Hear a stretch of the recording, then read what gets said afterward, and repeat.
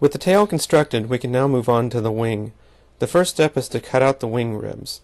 I know it's tempting to try to just punch them out, but if you do, you risk damaging a part.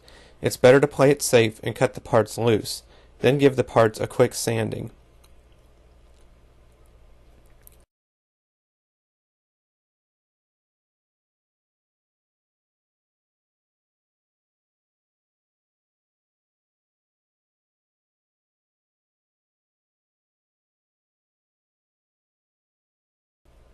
Next, find the 1/16 by 3/32 inch stock, which will become the trailing edge of the wing. I know it's hard to tell in the video, but this piece has been sanded to a triangular shape so it will fit the slope of the wing once assembled. This makes things easier down the road.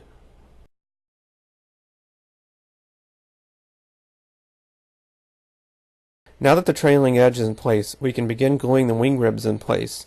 The thinner end of the wing rib goes towards the back. You will notice on the plans there are two places marked with an X where the dihedral brake will be. Do not install the wing ribs in those locations yet. We want to assemble the rest of the wing flat, and will install those wing ribs after we have angled the wing tips.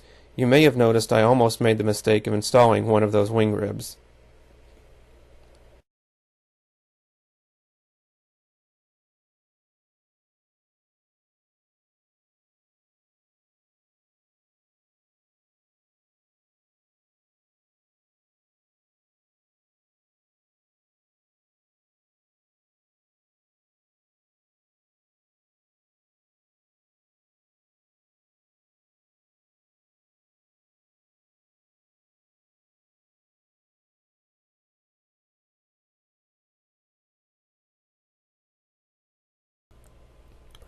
Locate the 3/32 by 3/32 inch stock.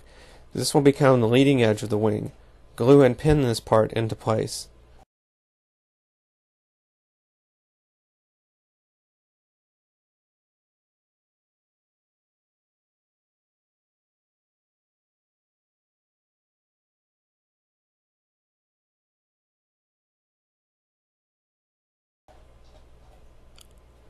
Now cut and glue the wing tips into place.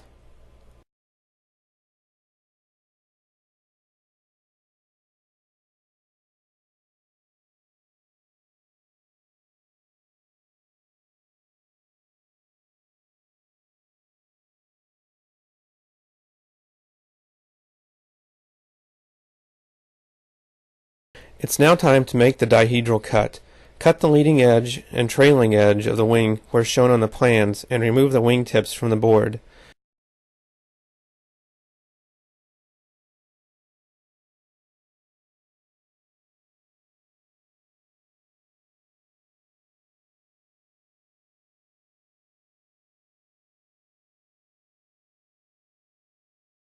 The end of the wing tips need to be sanded at an angle before being glued in place in order to make for a good fit.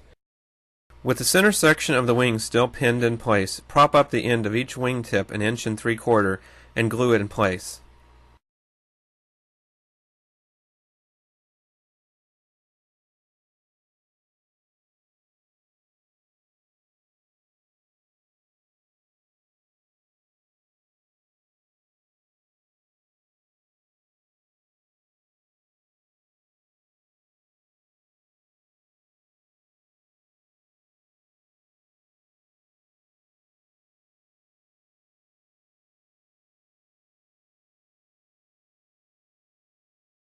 After the glue has dried, add the missing wing ribs.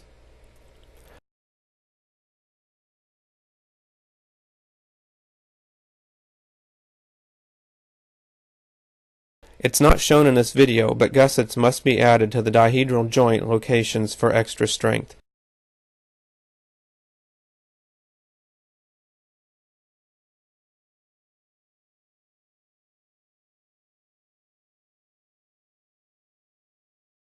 Your wing is almost finished now. All that is left is to sand the leading edge to a rounded shape that follows the curve of the wing rib.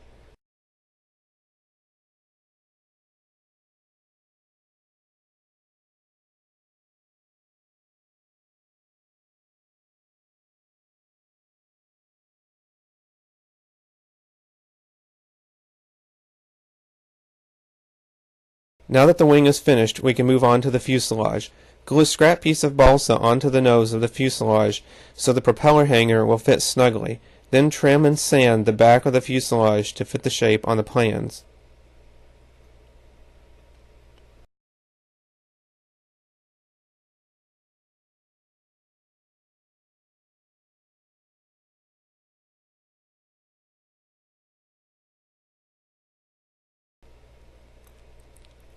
Now is a good time to add the rear rubber hook. The hook comes pre-bent with the kit and is ready to install. Glue the hook where indicated on the plans and then bind with sewing thread. Apply another thin coat of glue over the thread. This creates a very strong bond.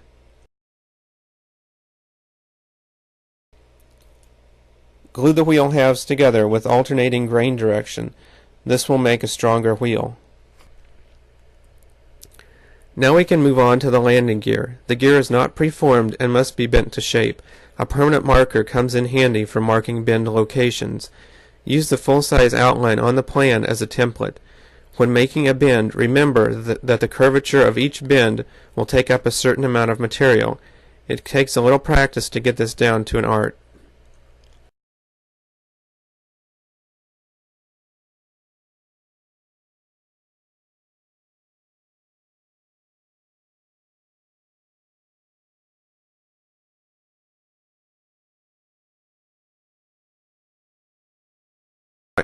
Be very careful when cutting off excess wire.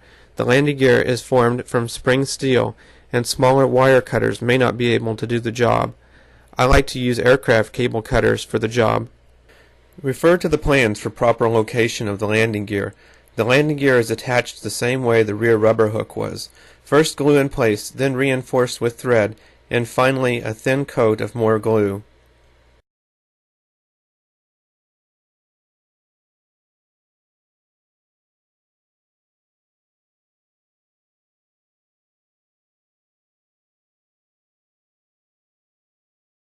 With the landing gear finished, you can now install the wheels. If you have any extra pin clamps laying around, they work very well as wheel collars. Just press them on and glue in place.